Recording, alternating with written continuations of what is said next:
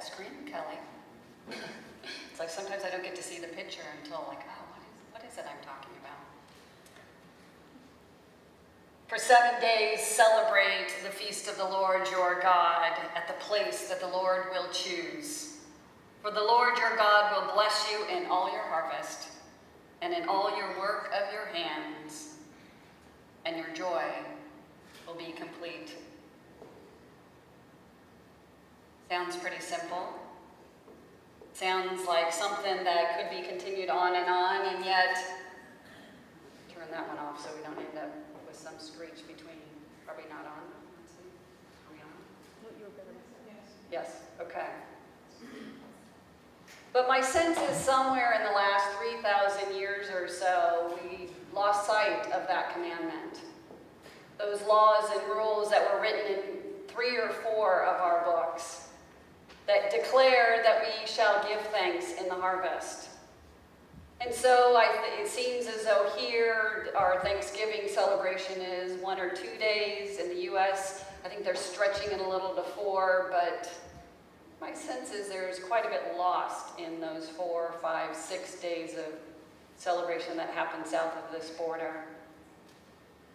So where is that part where we lean into and look upon the feast of the harvest and give thanks to that source of all life, to that wondrous and glorious source of the harvest, of our food, of our nourishment, of our good?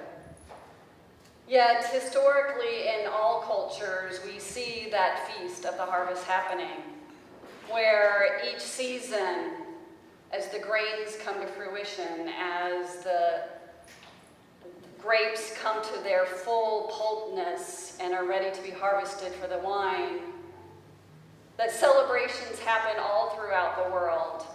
And historically, it continues on as we look to that as our remembrance of what we are called to do. And yet, for those of us who have Save On Foods and Safeway and all those wonderful places that we can shop, we're a bit removed in our culture from the seasons of the harvest, from the cycles of life. Our Jewish brothers and sisters way back in ancient time felt that harvest.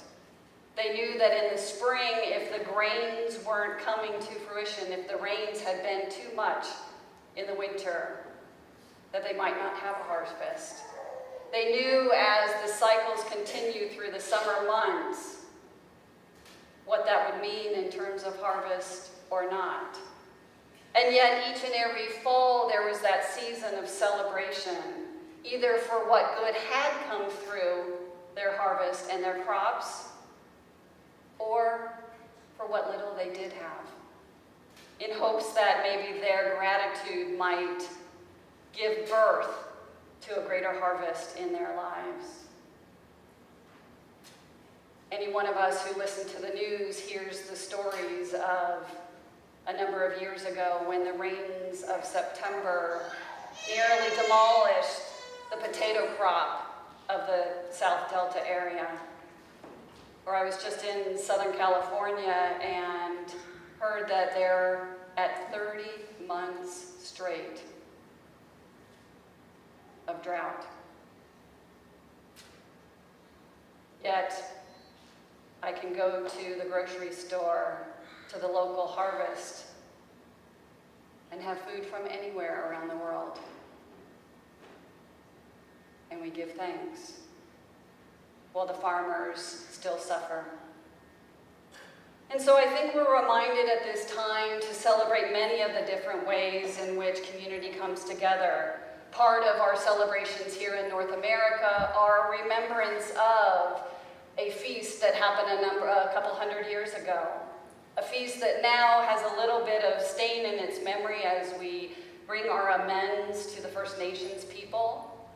But we gather together in community. We gather together with our friends, with our strangers, with those who serve us, and those we serve.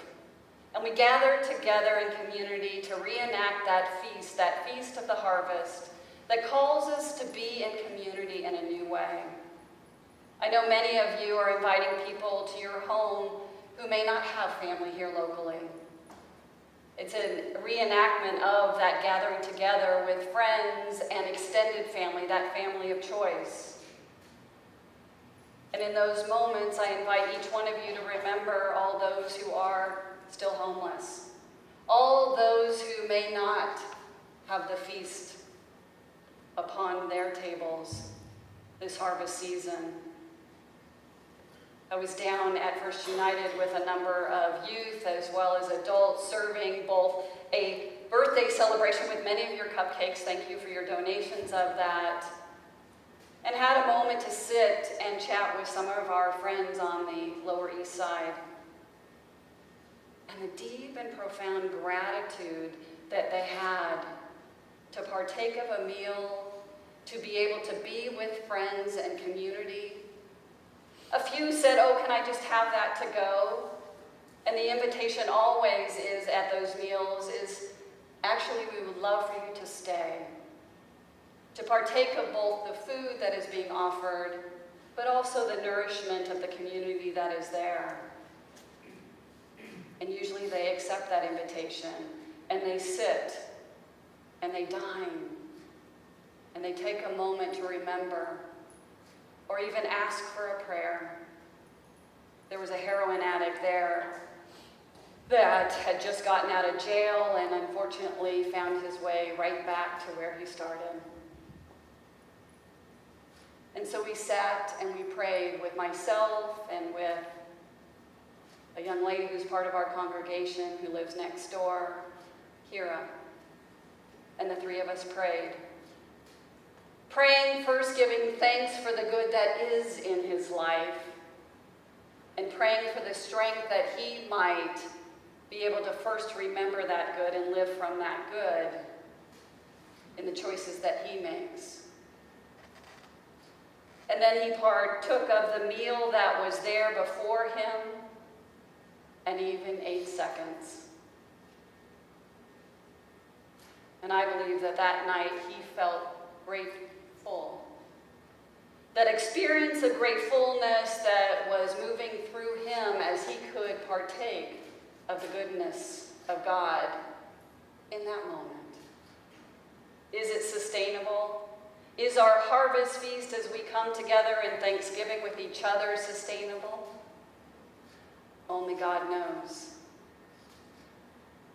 But what we do know is that in each moment when we lift up our hearts in praise, when we give thanks for the goodness and the godness that is in our lives, and we put forward our first fruits, what is the bounty of our goodness? What is that life that we give back to the source of all life in hopes that it comes back to us again? And the last part of this harvest season that I bring to you is that time of reseeding. So as we give thanks for the goodness that is in our lives, the goodness in our community, those seeds that we have planted, a redevelopment project that is coming forth and bursting forth amongst our midst, as we make our way together in community through these final few weeks in our building here. I was about to say beloved building, but I don't know that those two words go together.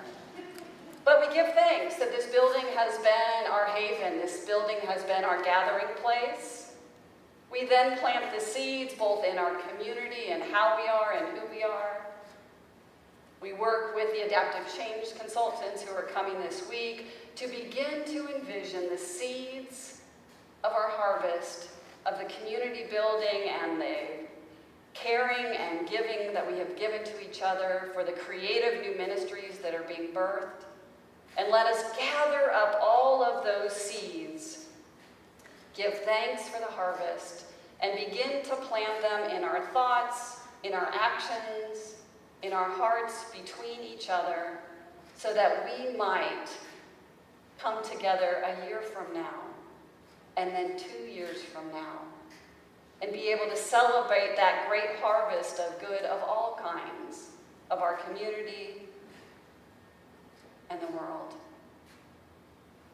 May we be opened in our hearts. May we know that the Lord will bless us in all of our harvest, in all of the work of our hands and our hearts. And may our joy be complete in the celebration of the good and the God in our lives, in this community, and in the world. Amen.